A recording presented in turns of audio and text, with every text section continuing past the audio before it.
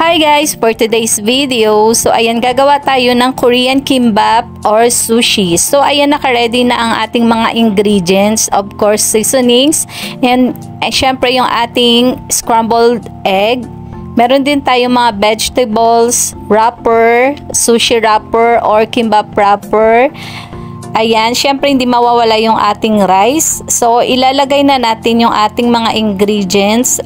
Umpisa, black pepper, cayenne powder, and the rest of the ingredients natin. So ayan guys, samahan ninyo ako, mag-ready na tayo for ating kimbap.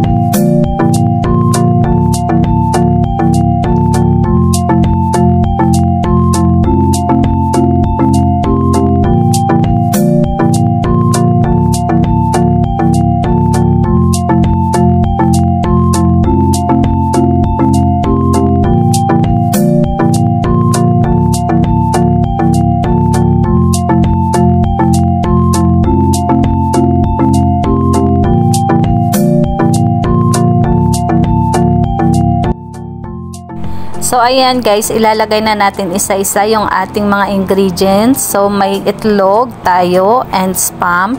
Tapos ilalagay din natin yung cucumber and yung ating carrots. So sa pag-roll nito guys, madali lang naman siya. Kung meron kayo nitong Japanese roll rice nila, so mas madali. Pero kung wala, pwede naman siyang ikutin. Madali lang din naman kasi before hindi rin ako gumamit nito, okay naman siya. Pero mas okay kung meron tayo nito guys, kasi talagang mai-roll natin ng maayos. So ayan guys, naka 10 pieces pala ako na rolls dyan. And gusto ko lang pala i-shout out yung ating mga lalabs. Ayan, salamat sa suporta, and sa aking mga members, Lala Bless Sancho, Mamita Erlinda 60 Vlog, and Sablandaya, and Team Sabris, thank you so much. And ayan guys, sana nag-enjoy kayo. Thank you so much for watching. Darna is signing out.